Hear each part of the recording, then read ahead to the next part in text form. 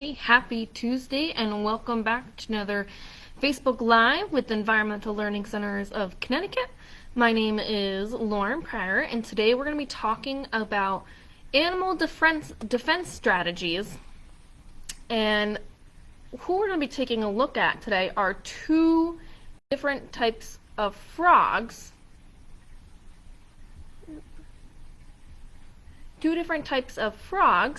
One that's native here in Connecticut and one is not native here in Connecticut, not native to Connecticut. So let me first introduce these types of frogs. The first is the gray tree frog.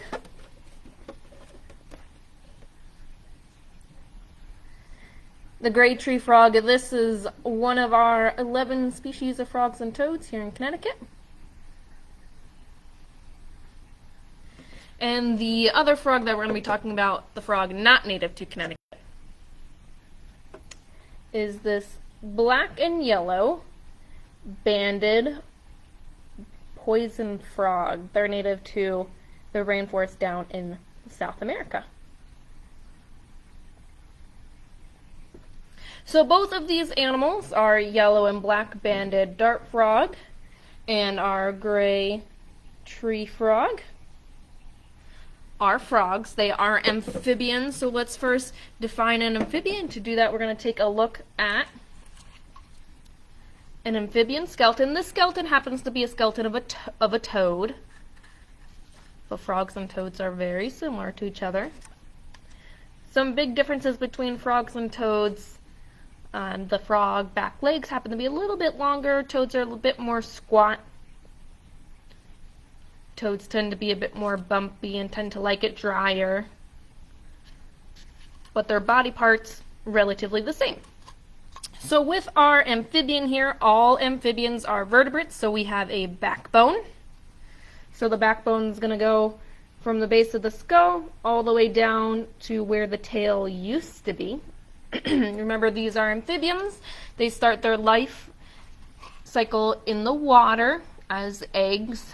Then come tadpoles hatching out of those eggs. They grow up in the water, eating, growing. They start to absorb their tail, and it's a trade-off to grow feet. Okay, until we get our 4 feet. So our frogs and toads. Salamanders go through this as well, but they end up keeping their tails. So even though our toad is a bit more squat than our frog, we still do see that the back feet are larger than the front feet. So we've got that nice, for toads, more hoppy action. Frogs are really going to spring forward, but the shorter front legs, more landing action. Also for kind of helping to scoop food into the mouth. We have a nice broad head. Frogs are not very picky on what they eat, so that head lets them eat anything that can fit into their mouth. So when we take the yellow banded dart frog, for example, a lot smaller, can fit right on my thumb there, smaller than my thumb, but same general shape, just a little bit of a smaller diet. So instead of eating large insects or large spider, this little poison dart frog is eating little ants in the wild, but in captivity we give them flightless fruit flies.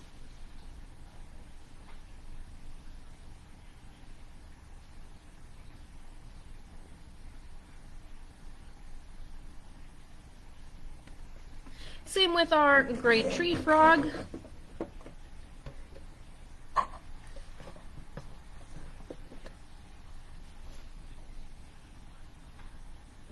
Okay, that broad-shaped head letting them eat anything that they can catch. We see those big bulgy eyes.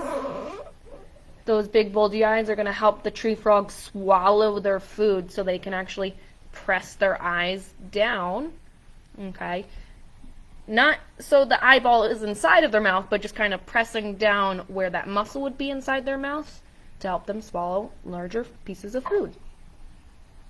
So our gray tree frog, we'll talk about our gray tree frog first, because these two little frogs, when we hold them side by side, let's see, are we on screen? We've got our black and yellow and our gray tree frog. When we hold them side by side, they are very different from each other. The gray tree frog is larger.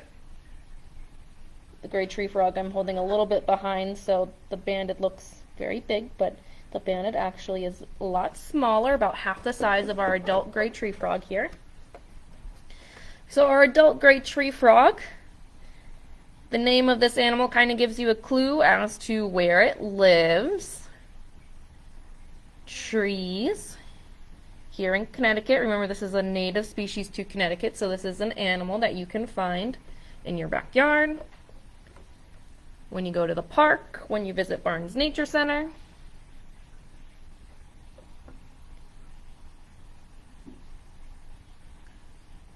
And they've got what we would call an adaptation. Okay, a characteristic that they have that helps them to survive, and that adaptation is the color of this gray tree frog. So we see gray, some blacks and browns. This tree frog has a defense strategy of camouflage.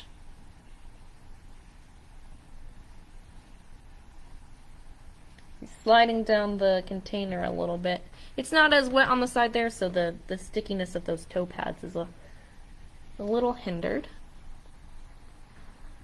But this gray tree frog, it's got this nice splotchy color. It's not solid gray, not solid black. It's very splotchy. I'm going to look at the back. So when this animal is hanging out in the trees or on big boulders, they can blend in. They are able to hide. Okay, they're camouflaging, blending into their environment so they are not seen by predators. Predators for the gray tree frog could be bigger frogs, snakes, and birds. So it allows them to kind of hide away from predators, but also allows them to sneak up on their own food. So it's kind of a double edge that they can use it to hide from predators and hide from their prey so they can do the sneaking themselves.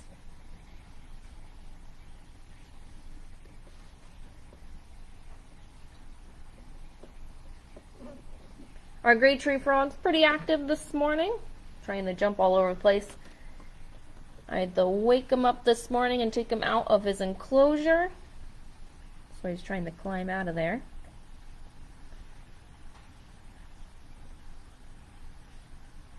We can see the underside of the belly. He does have quite a bit of dirt on him. His enclosure has a lot of dirt in it. And he was hanging out on the bottom of the enclosure this morning in the soil and the leaf litter. So he's got a lot of kind of dirt on him still. But we saw that his belly is very white. It's not as splotchy as his back. Because most of the time this animal is going to have his back facing out towards predators, which will give him the advantage to blend in.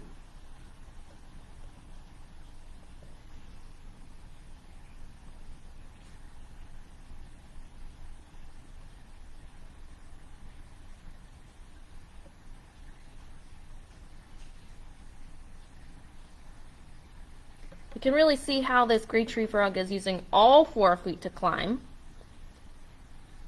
Back toes being a little bit longer than the front toes. And you can just see kind of the toes, so at the end of the digits on this gray tree frog, they're really kind of like little circular pads. Okay, so this little frog is kind of suction cupping up the side of the container.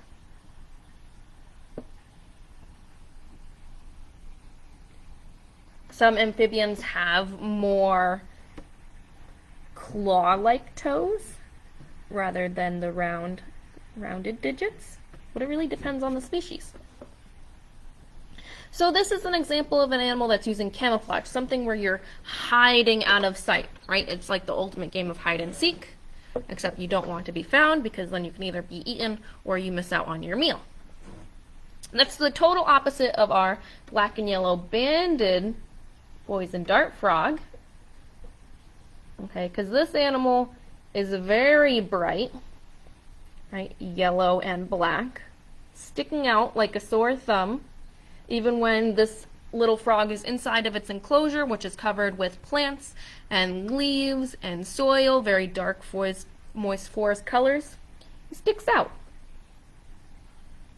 This is an animal that's using its colors not as camouflage, but as a warning signal. So something totally different. This animal is not trying to blend in. It's trying to give you the warning to stay away. So something the complete opposite. And that's because this animal is poisonous.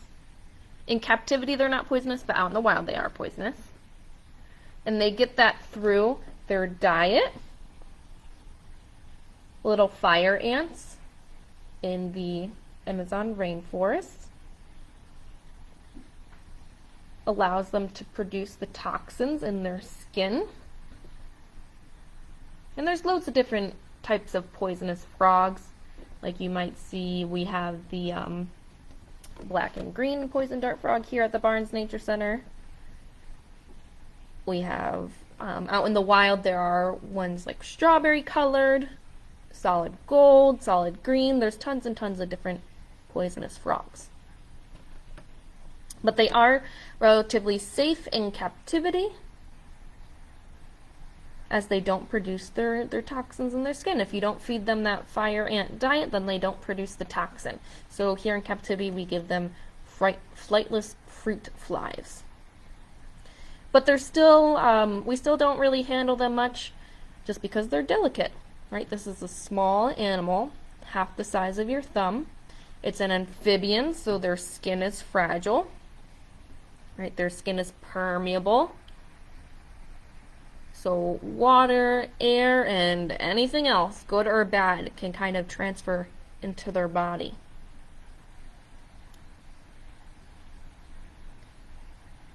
That's why scientists, when they're doing studies of environmental areas and ecosystems, they want to look for amphibians. Amphibians are what we would call an indicator species. So they kind of give us a clue on how healthy that ecosystem is. Because their skin can easily absorb and take up things like chemicals and pollutants. If a scientist is looking to how healthy an environment is, or if there was damage to that environment by pollutants, they look for amphibians, which are going to be frogs, toads, salamanders. And here in Connecticut, we have 11 different frogs and toads. So these frogs, if we bring back our Connecticut native here, our gray tree frog, we're not really seeing much of our amphibians outside right now. Here in winter time, amphibians and reptiles are not active. Reptiles and amphibians are what we would call cold-blooded. The scientific word for being cold-blooded is ectotherm. So this is an animal that depends on its environment to regulate its body temperature. It can't regulate its own. So when it gets too hot, it can't sweat. When it gets too cold, it can't shiver. So it kind of relies on its environment to move into a shady spot to cool down and move into a warm, sunny, basking spot to warm up. But since temperatures drop in the winter time, reptiles and amphibians will hunker down underneath logs, soil, rocks, and leaf litter for the winter time as they go inactive. Since they don't have that warmth from the temperature, the daily temperature, they become very sluggish. Their metabolism slows down.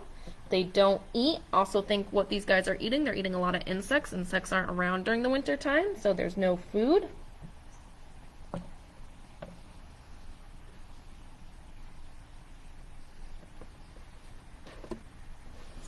But come springtime, Many of our frogs and toads will become active again. Early ones will be the wood frog, which we talked about last week.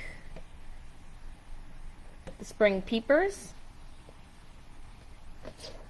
A lot of them will start to come out at night, but some during the day, like the wood frog will be out during the day. And then they'll start to breed.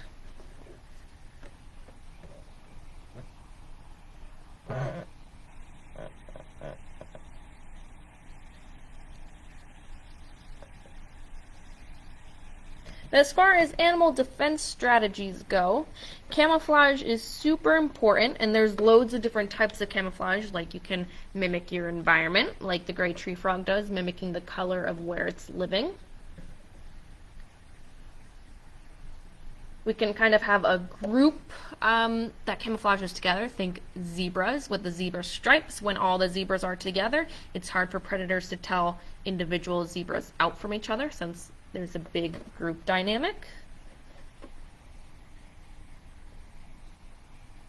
You can have protective shape, so think a turtle shell. Turtle shells are hard. One, they can have colored camouflage colorings, but also the shape, they look like a hard rock. So there's tons and tons of different types of camouflage. But a lot of it has to do with mimicry. So you're mimicking, you're kind of copycatting something in your environment to blend in. Okay.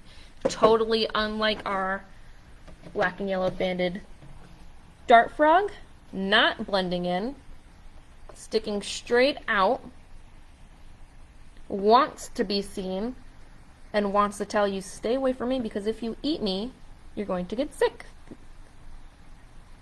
Okay, the toxins take effect when they are consumed.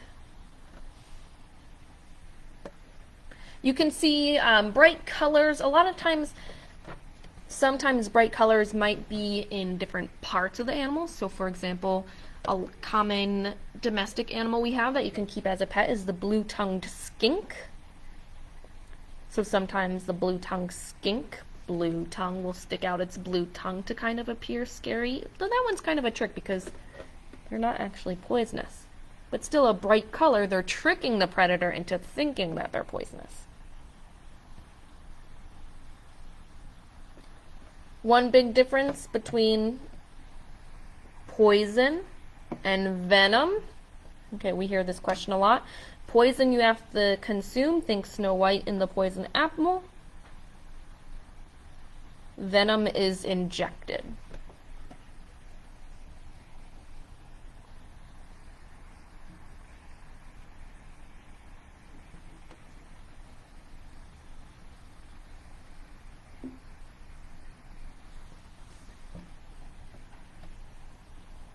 But those are just two very, very brief types of animal defense strategies. Camouflage and warning signs for being poisonous. Nothing, you don't want to eat something if it's poisonous. But there are tons and tons of different animal defense strategies, so you can kind of think what is living in your backyard, or when you go to the park, what kind of animal is living there, if you see one. And you can kind of start to have the conversation with yourself, well, what adaptation does that animal have to help it survive? How can it protect itself from a predator? Think, does it fly away? Does it run away? Does it just run really fast or fly very fast? Does it have spikes or quills like a porcupine, something that you're physically not going to want to bite if you're a predator?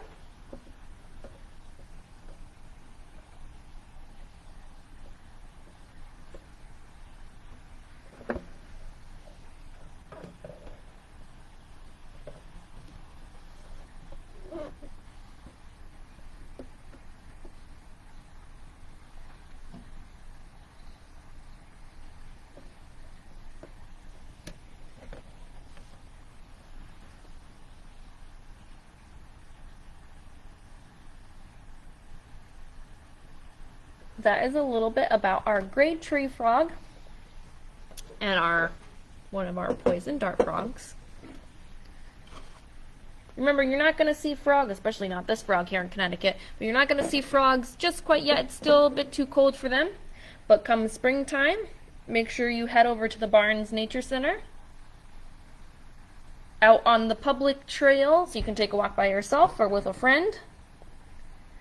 Remember, the gray tree frog is an animal you can find out there on the trails. You just have to keep a close eye out as they're camouflaged. If you do happen to spot one or hear one, you can record it. And we'd love to see what people are finding out there on the Barnes Nature Center trails.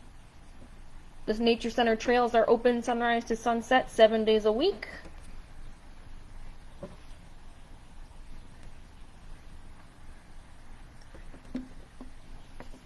But that's our Facebook Live for today. We're going to be back on Thursday here on the Environmental Learning Centers of Connecticut Facebook page at 10 a.m. to talk a little bit about evidence that animals leave behind when they're doing their day-to-day activities. So you can start to kind of think about, well, when you're looking in your backyard or when you visit the park and you know animals are living there, well, what clues are they leaving behind to tell you what they're up to, even if you don't see them all the time? But thanks for joining us this morning, and we'll see you back on Thursday.